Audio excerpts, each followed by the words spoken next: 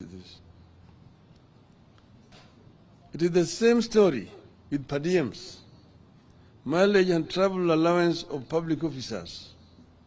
Per diem will now be treated as an income and attract a 30% income tax. I used to be a civil servant, and per diems were based on the costs of living in the country you are traveling to. That's why it differed from Tokyo, Oslo, New York, Accra, Cairo, and so on. And whatever you did not use, you are required to retire on return. Now it is an income that you must pay 30% on. You could go on, and it will be tax after tax. Looking at the proposals, one cannot help asking, what planet does Ruto live on? Does he understand what Kenyans are going through? Let me turn briefly to the question of how did we find ourselves here? The official lie is that Kenya Kwanza inherited a broke country. The truth is, the cash crunch has been caused by economic mismanagement, wasteful spending, corruption, and the hiring of incompetent personnel. This worsening economic situation has been manufactured in State House and the office of the President in the last 8 or so months.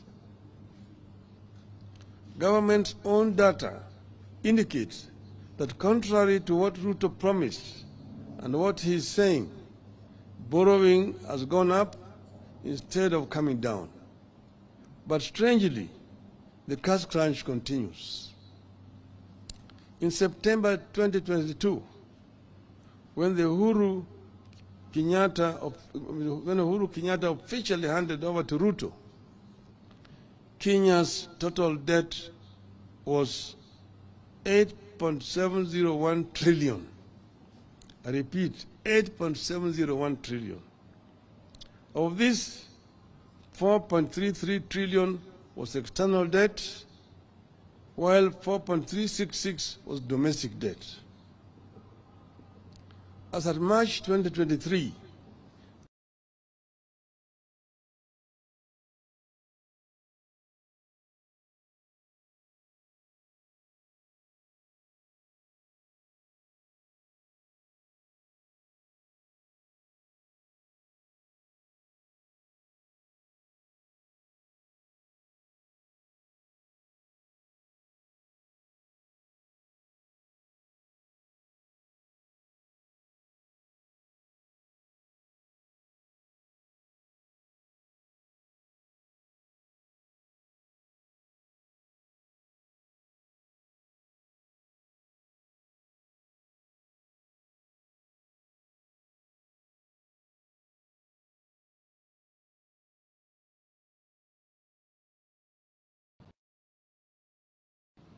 to 4.539 in March 2023. We can go further back to the year 2021. Between September 2021 to March 2022, that a comparable period, our debt rose by 405 billion, from 7.96 trillion to 8.401 trillion. External debt was at 4.209 trillion, while domestic debt stood at 4.192 trillion. This was the time Kenya was struggling with the impacts of COVID-19, including implementation of subsidies and the emerging war in Ukraine. But our total debt was still lower than what Ruto has incurred in 6 months' time. Kenya Kwanza has borrowed more than any other regime. They have removed subsidies, raised taxes, but the cash crunch has continued. They cannot pay salaries. They cannot disburse money to schools. They cannot disburse money to counties. They cannot disburse money to the elderly. They cannot finance the National Hospital Insurance Fund. And nearly all major infrastructure projects have stalled. Where is the money going? It is being stolen and being spent on wrong priorities to massage Ruto's ego. And that is not all. Quietly, Ruto is trying to change the country's debt ceiling from the current absolute number of Kenya shilling 10 trillion to a moving number of 55% of GDP. And right now they are trying to bring an amendment in Parliament that will remove the parliamentary authority to sanction increase of debt. The debt level is already 60% of the GDP. To beat that violation of the law, Ruto wants to force an amendment to the Public Finance Act to allow the National Treasury and not Parliament to set new debt ceiling. Which is why we are calling on Kenyans to reject excess taxation to finance wasteful expenditure. It is urgent that we bring Ruto back to earth because he lives on another planet. As this bill heads to the National Assembly, we must remind Ruto that excessive taxation is stifling growth. We must tell Ruto that when people have to park cars at home because of cost of fuel, it is bad for the economy. We must tell him that when Kenyans postpone traveling up country because they can't afford fuel or fare, it is bad for the economy. We must tell him that when people choose to stay indoors because they want to spend less on expensive goods, it is bad for the economy. And you must tell him that these things are happening now, here in this country. Rather than burden Kenyans, we want Ruto to undertake the following. 1, stop duplication of county roles and responsibilities. In the proposed bill, budget for health is growing by 35 billion shillings at the national level, yet health is a devolved function. 2, adopt a zero-based budgeting.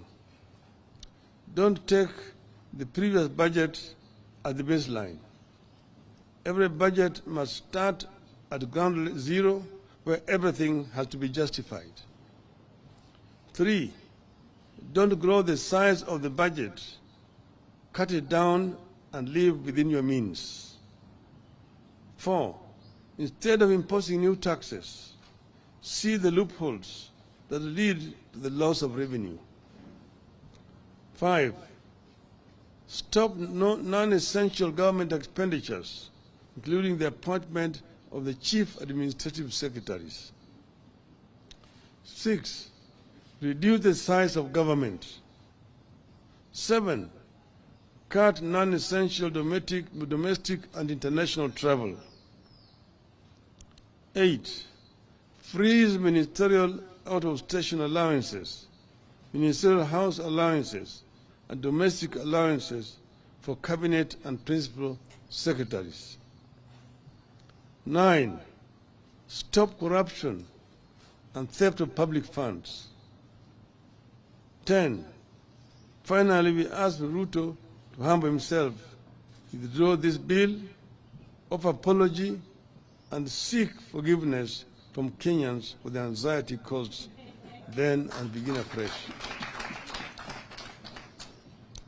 One point I wanted to mention, that the budget for the parliament is 41 billion shillings. That of the judiciary is 23 billion shillings. But the budget for housing, which is talking about as his flagship project, is 29 billion. Parliament, with only 400 or so many members, it allocated 43 billion shillings for members to be globe-trotting around. Yet housing, which is saying is fundamental to his budget, is only allocating 29 billion shillings, less than what is given to members of parliament, almost equal to what is given to the judiciary. It's economics upside down. You have noted that the regime has run out of sound bites and explanations for these proposals and has resorted to threats. But we have agreed with our MPs on what to do. Vote against any tax rises. Should Ruto overrun the National Assembly, we will regroup and overrun him in the wider National Assembly of the whole people of Kenya. End of statement.